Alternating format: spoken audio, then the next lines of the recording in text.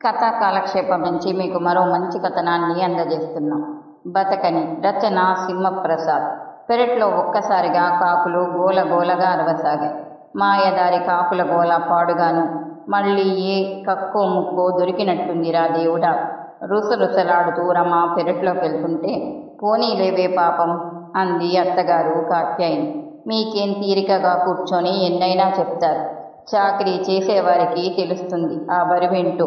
పోనీలే అంట పోనీలే. గోడకి ఆంచి ఉంచిన కర్ర తీసుకొని పెరట్లోకి వెళ్ళింది.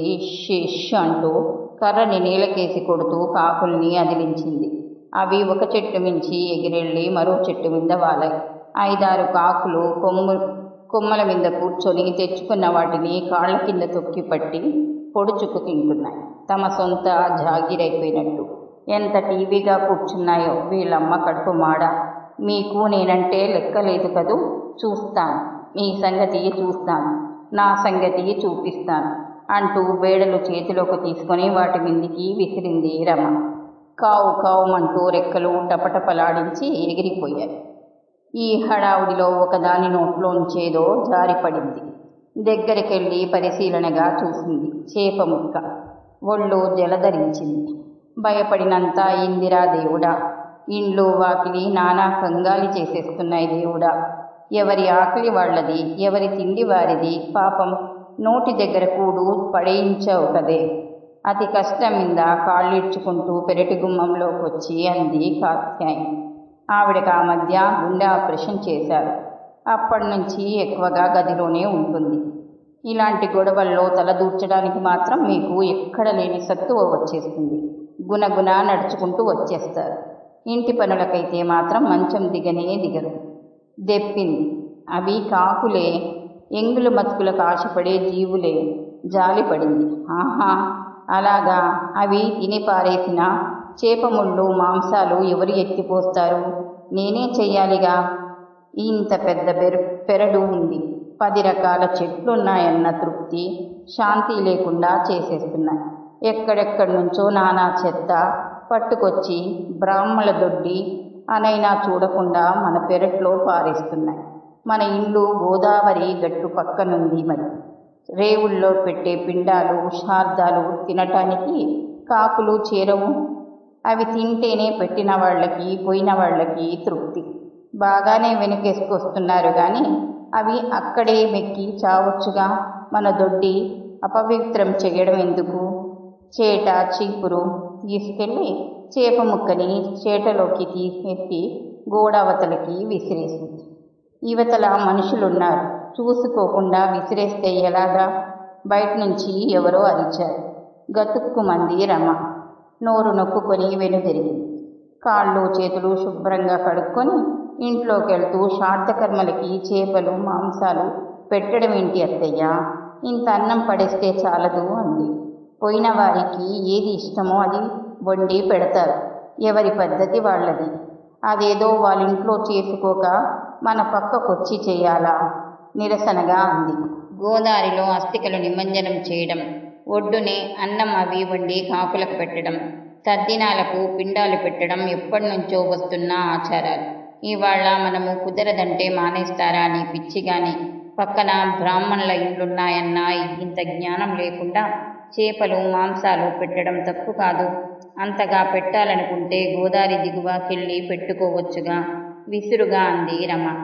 ఎక్కడా జానుడు జాగా వదలకుండా ఒడ్డును ఆక్రమించి మరీ ఇండ్లు కట్టేశారాయి. ఇంకేం చేస్తారు పాపం? వాళ్ళేం చేసినా తప్పులేదు. మనమే సర్దుకుపోవాలంటారు. మీ సంగతి తెలీదు కానీ నేను నిప్పులు కూడా కడిగే వంశం నుంచి వచ్చాను. ఈ కంగాలి పనులన్నీ సహించలేను. రుసరుసలాడుతూ భర్త దగ్గరికి వెళ్ళింది. అబ్బో, గొప్పలు చెబుతుంది. వీళ్ళది ఎంగిలి చేత్తో కాకుల్ని తరమని వంశమని ఎవరికి తెలీదు. గొనుక్కుంది ముసలావిడ. ఇదిగో మిమ్మల్నే. శ్రాద్ధకర్మలవి మన ఇంటి పక్కనే చేస్తున్నారని, మనకి చాలా ఇబ్బందిగా ఉందని, ఆ గోల మరో చోట జరుపుకునేలా చూడమని ఇవాళ ప్రభుత్వానికి పిటిషన్ పెట్టండి. మామూలు ఇబ్బంది కాదు, చాలా ఇబ్బందిగా ఉంది. మొన్నో రోజున సంధ్యవార్చి సూర్య నమస్కారం చేస్తుంటే ఇంత మాంసం ముక్క తెచ్చి నా నెత్తి మీద పడేశాయి. ముఖం అసహ్యంగా పెట్టుకున్నాడు రామశర్మ. ఈ పీడ ఇంకా ఎన్నాళ్ళు భరిస్తాం కానీ ఏదోటి చేసి కాకుల ఆగడాల్ని ఆపాల్సిందే గట్టిగా నొక్కి చెప్పింది. మన ఇబ్బందుల్ని ఏకరువు పెడుతూ పిటిషన్ పెట్టొచ్చనుకో, కానీ మన ఇంటి పక్కన వాళ్ళు కర్మకాండలు చేయట్లేదని, రేవు పక్కన మనము ఇల్లు కట్టుకున్నామని అంటారేమోని బుర్ర గోక్కుంటూ నసిగాడు. అన్నిటికీ అత్తగారిలాగానే మీరు ఎడ్డమంటే తడ్డమంటారేంటి? ఇలా పెడసరంగా మాట్లాడటం మీ వంశంలోనే ఉందా ఏంటి కర్మ? అంది. అది కాదు రమా, ఇంక నేనేం వినను. ఆ కాకులు తెచ్చి పడేసే నానా చెత్త నేను ఎత్తిపోయలేను. అవి పెరుడును నానా చెండాలం చేసేస్తుంటే భరించి ఊరుకోవడం నా వల్ల కాదు. మీరు కాగితం పెడతారా లేదా? నిలదీసింది. పెడతానులేవే, లేకపోతే నువ్వు నిద్రపోనిస్తావా? మనది పూర్వులు కట్టిన ఇల్లు అని కూడా రాస్తాను. అంత మాత్రాన వాళ్ళేదో చర్య తీసుకుంటారన్న భ్రమలేమీ పెట్టుకోకు. ఇది జనం నమ్మకాలతో ముడిపడ్డ వ్యవహారం. అయ్యిందా మీ ఉపన్యాసం? ఇంక బయలుదేరండి. మీరా పని పూర్తి చేసొచ్చేదాకా నేను పచ్చి గంగ ముట్టను భీష్మించింది రమ. ఇది మరీ బాగుంది. వెనకటికెవడో కాల్వ మీద కోపం వచ్చి ఏదో కడుక్కోవడం మానేశాడట. అలా ఉంది నీ వరస. అత్తగారు ఎత్తి పొడిచింది. మూతి 30 వంకర్లు తిప్పింది రమ. పూర్వజన్మలో ఏ శూద్రుల ఇంట్లోనో పుట్టి ఉంటారు. ఈసడింపుగా అంది. ఎక్కడ పుట్టామన్నది కాదు, ఎలా బతికామన్నది ముఖ్యమే పిల్ల. నలుగురికి సహాయం చేస్తూ 10 మందితో సఖ్యంగా ఉండేవారే మనిషి అనిపించుకుంటారు తప్ప, నన్ను ముట్టుకోకు నామాల కాకి అంటూ తోటి మనుషులకు దూరం జరిగేవారు మనుషులే కాదు. పొద్దుటే ప్రవచనాలు మొదలెట్టారు. మీకైతే పని పాట లేదు, నాకు బోలెడు పనుంది. ఇంకా అలా నిమ్మకి నీరెత్తినట్టు కూర్చున్నారేం? లేవ్వండి. మీరేం ముగ్గులు పెట్టి వస్తారో నాకు తెలియదు. ఆ చెండాలం ఇంకా భరించడం నా తరం కాదు. ఈ దినాలు తద్దినాలు కర్మలు కాస్తలు పిండాలు పొత్తర్లు ఈ రేవు నుంచి ఇంకో చోటికి తరలించేమని చెప్పి ఒప్పించండి చాలు. తలాడించి స్కూటర్ బయటికి తీశాడు రామశర్మ. తిన్నగా మున్సిపల్ ఆఫీస్కి వెళ్ళాడు.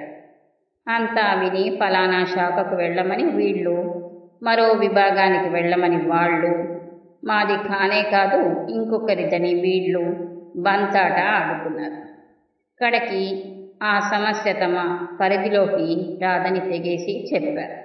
నిర్ణయం తీసుకోగల హక్కు అధికారం తహసీల్దార్కే ఉందని తేల్చారు. అక్కడి నుంచి తహసీల్దార్ ఆఫీస్కి వెళ్ళాడు. రామశర్మ వచ్చిన పని తెలుసుకుని కింది ఉద్యోగులు నవ్వారు. ఇదేదో ఇండియా చైనా సరిహద్దు గొడవలా మాట్లాడతావేంటి? సర్దుకుపోవాలోయ్ అని ఒకరంటే, ఎవరూ చూడకుండా చేప ముక్కల్ని మీ కూరలో కలిపేసుకో, భలే రుచిగా ఉంటుందిలే అన్నారు ఇంకొకరు. అంతా గుళ్ళుమని నవ్వారు. చెవులు మూసుకున్నాడు. ముఖం ఎర్రబడగా తహసీల్దారు గారిని కలిసి విన్నవించుకుంటాను అని పట్టుబట్టాడు. దాంతో 1 గంట సేపు నిరీక్షింపజేసి లోపలికి పంపించారు. అర్జీ చదివి ముఖం చిట్లించింది తహసీల్దారు. మీకు ఇబ్బందిగా ఉంటే అక్కడి నుంచి ఇంకో చోటికి మారిపోవచ్చుగా. జనాన్ని ఇబ్బంది పెడతానంటారేంటి? మాది తాత ముత్తాతల నాటి ఇళ్ళండి. అందుకనే పెద్ద దొడ్డి, బోల్డెడన్ని చెట్లు ఉన్నాయి. ఇప్పుడంత స్థలం కొనాలంటే నా వల్ల కాదండి. మీలాగే వాళ్ళు మాట్లాడతారుగా. ఎప్పటినుంచో వస్తున్న ఆచార సాంప్రదాయాల విషయాల్లో అందరి సెంటిమెంట్లు గౌరవించాల్సిందే అందావిడ. మీరేమిట్లో నాకు తెలీదు. మేము బ్రాహ్మణులం, అందున శ్రీ వైష్ణవులం. నీచు మాంసాల వాసన మాకు గిట్టదు. మాకు పొద్దుట లేచింది మొదలు మడి దడి, స్నానాలు, ధ్యానాలు, పూజలు, పునస్కారాలు అన్నీ ఉంటాయి. సూర్యనారాయణుడి దర్శనం కానిదే పచ్చి మంచినీళ్లు కూడా గొంతులో పోసుకోదు మా అమ్మ. మీరెలాగైనా కనికరించి శ్రాద్ధ కర్మకాండలు కొంచెం దిగువలో ఉన్న చిన్న రేవులో చేసుకోమని ఆదేశించారు. పూర్వపు పద్ధతిని హఠాత్తుగా మారిస్తే జనం నుంచి వ్యతిరేకత వస్తుంది. దూరాభారాలు పెరిగితే పురోహిత సంఘం అంగీకరించకపోవచ్చు.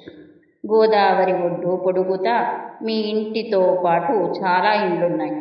వారెవరికీ లేని అభ్యంతరం మీకే వచ్చిందేంటి? మా ఆచార వ్యవహారాలు మైలపడుతుంటే ఎలా సహించి ఊరుకోగలం చెప్పండి. మీ అభిప్రాయం చెప్పారు. మిగతా వర్గాల వారేమంటారో తెలుసుకుంటారు. కానీ ఒక్క మాట, మీరు మాంసాహారం తిననంత మాత్రాన అసహించుకోవలసిన అవసరం ఉందంటారా? సహనం అలవర్చుకోలేరా? ఆలోచించండి. మరో మాటకు అవకాశం ఇవ్వకుండా ఫైల్లో తలదూర్చింది తహసీల్దార్. చేతులు జోడించి నమస్కరించి వచ్చేశాడు రామశర్మ. ఆవిడ ధోరణి బొత్తిగా నచ్చలేదతడికి. ఏదో అనుమానం తొలుస్తుంటే ఈ తహసీల్దారు ఏమిట్లు అడిగాడు అటెండర్. అతడి సమాధానం వినేసరికి శర్మ ముఖము నల్లగా మాడిపోయింది. ఒక శూద్రురాలి ముందు చేతులు జోడించి అర్థించాల్సి వచ్చింది. ఎంత కర్మ వచ్చి పడింది అని కుతకుత ఉడికిపోయాడు. ఆవిడ చచ్చినా న్యాయం చేయదు. ఇంకా రమాగోలని ఎదుర్కోవడం ఎలాగో అనుకుంటూ ఇంటికెళ్ళాడు. రమ నిద్రపోతుంది. తల్లి కనిపించలేదు. ఆమెను వెతుకుతూ డాబా మిందికెళ్ళాడు. ఇన్ని మెట్లెక్కి పైకి ఎలా వచ్చిందో అని ఆశ్చర్యపోయాడు. మత్స్యకారులు మరపడవ మీద వేటకెళ్ళి అప్పుడే వచ్చారు కాబోలు. వలలో పడ్డ చేపల్ని రొయ్యల్ని ఒడ్డున గుట్టగా పోస్తున్నారు. ఆ చుట్టూ కాకులు చేరి గోలగోల చేస్తున్నాయి. అటువైపే తదేకంగా చూస్తున్న తల్లిని చూసేసరికి అతడికి ముఖము వికారంగా మారిపోయింది. చేపల్ని చూస్తున్నావా అమ్మా? అతడి స్వరం అతడికే వికృతంగా వినిపించింది. వాళ్ళ కష్టాన్ని చూస్తున్నాన్రా. పాపం ఎప్పుడో తెల్లవారుజామున వేటకు వెళ్ళుంటారు. సరేలే, మన స్థాయి స్థానం మరిచి వాళ్ళని అందలం ఎక్కించేయకు నవ్విందైమే. చండాల రూపంలో శంకరుడు శంకరాచార్యులకి ఏమి ఉద్బోధించాడో ఒక్కసారి గుర్తు చేసుకోరా అబ్బాయి. అన్నట్టు మాంసా వ్యాపారం చేసిన ధర్మవ్యాధుడి కథ చిన్నప్పుడు చదివావు కదా? పెదవి కొరుక్కుంటూ అయోమయంగా చూశాడు. ఆమె లేచి పిట్టగోడ పట్టుకొని అతి కష్టం మీద మెట్లు దిగి వెళుతుంటే రమ ఎదురొచ్చింది. మీరు మెట్లెక్కి పైకొచ్చారా? ఇక్కడంతా మునిగిపోయేదేం పడి ఉందని కాస్త దూరంలో గట్టు మీద గుట్టగా పోసిన చేపల రాశి కనిపించింది. ముఖం చెట్లిచ్చింది. ఆ పైన ముక్కు మూసుకుంది. కొత్తగా ఇదొకటి మొదలెట్టారా? ఇంకా రోజు చేపల కంపు కూడా భరించాలి. కాబోల్రా దేవుడా! నుదురు కొట్టుకుంది రమ. రామశర్మ మౌనంగా దీర్ఘ ఆలోచనలో ఉండిపోయాడు. ఉన్నట్టుండి ఒకరోజు రాత్రి కాత్యాయనికి గుండెపోటు వచ్చింది. వెంటనే ఆసుపత్రికి తరలించారు. ఆపరేషన్ చెయ్యాలన్నారు. కానీ గతంలో ఒకసారి చేసినందున ఆవిడ తట్టుకోలేకపోవచ్చన్నారు. వారిని నిర్ణయం తీసుకోమన్నారు. ఇప్పుడు ఈ వయసులో రెండో ఆపరేషన్ అవసరమా అంది రమ. లక్షలు సర్దుబాటు చేసుకోవడం కష్టమే అనిపించింది శర్మకి. మందులిస్తే చాలన్నాడు శర్మ. ఇచ్చారు. మెల్లగా కోలుకుంది. ఎన్నో జాగ్రత్తలు చెప్పి ఇంటికి పంపేశారు. ఇంకా ఎన్నాళ్ళు ప్రాప్తముందో కొనుక్కుంది కాత్యాయని. మంచాన్ని అంటి పెట్టుకునే ఉంటుంది. ఈ కాకుల గోల ఎప్పటికి తప్పుతుందో ఏమో. నా ప్రాణాన్ని పీక్కు తింటున్నాయి. చాకరీ చెయ్యలేక చచ్చిపోతున్నా. ఈ మాయదారి సంత ఎప్పటికి వదులుతుందో ఏమో. దాన్నెత్తలేక చేతులు పడిపోతున్నాయి అంటూ రోజు కాకుల్ని పరోక్షంగా ముసలావిడ్ని తిట్టిపోస్తుంది రమ. పెరట్లో కాకుల గోల, ఇంట్లో భార్య చీదరింపులు. ఎటూ చెప్పలేక ఏమీ చెయ్యలేక మధ్యలో నలిగిపోతున్నాడు రామశర్మ. అకస్మాత్తుగా కాత్యాయని పరిస్థితి విషమించింది.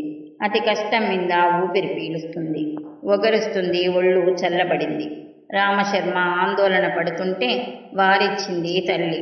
తనని డాబా మీదకు తీసుకెళ్లమని కోరింది. విసుక్కుంటూనే భార్యాభర్తలిద్దరూ సహాయం పట్టి మంచంతో సహాయమని డాబా మీదకు తీసుకెళ్లారు. కాత్యాయని గోదావరి వంక ఆరాధనగా చూస్తుంటే తల్లి గోదావరిని చూస్తుందో గోదావరిలోని చేపల్ని చూస్తుందో బోధపడక తల గోక్కున్నాడు శర్మ. తల్లి గోదావరికి బిడ్డలంతా సమానమేరా నాయనా. పంటలకి నీళ్ళిస్తుంది. ఆ చేతులతోనే చేపల్ని ఇస్తుంది. వాటిని జలపుష్పాలంటారా? ఆయాసపడుతూ చెప్పింది. ఇప్పుడు ఆ నీచుగోల ఎందుకు? కృష్ణ రామ అని జపం చేసుకోండి కసురుకుంది రమ. నవ్విందావిడ. ఒరే అబ్బాయి, నా చివరి కోరిక తీరుస్తావట్రా? చెప్పమ్మా, తప్పకుండా తీరుస్తాను. ముసలోళ్ళ చివరి కోరికలు చిత్రంగా ఉంటాయి. అసహించుకోవుగా? నేను విన్నానమ్మా. ఒక ప్రముఖ ఆంగ్లో ఇండియన్ రచయిత తల్లి చిటికెడు విస్కీ గొంతులో పొయ్యమందట. మరో ప్రముఖ తెలుగు కవి కిళ్ళి తెచ్చిమ్మన్నాడట. అది అలాంటి కోరికేరా. నేను పోయాక దినకర్మలప్పుడు అన్నంతో పాటు ఒక చేప ముక్కని చేటలో పెట్టి కాకులకు పెట్టరా. వాయస గృధ్ర జలచర రూపేణ ప్రేతయాచ పిండబుధ్యాత్యం అన్నారు.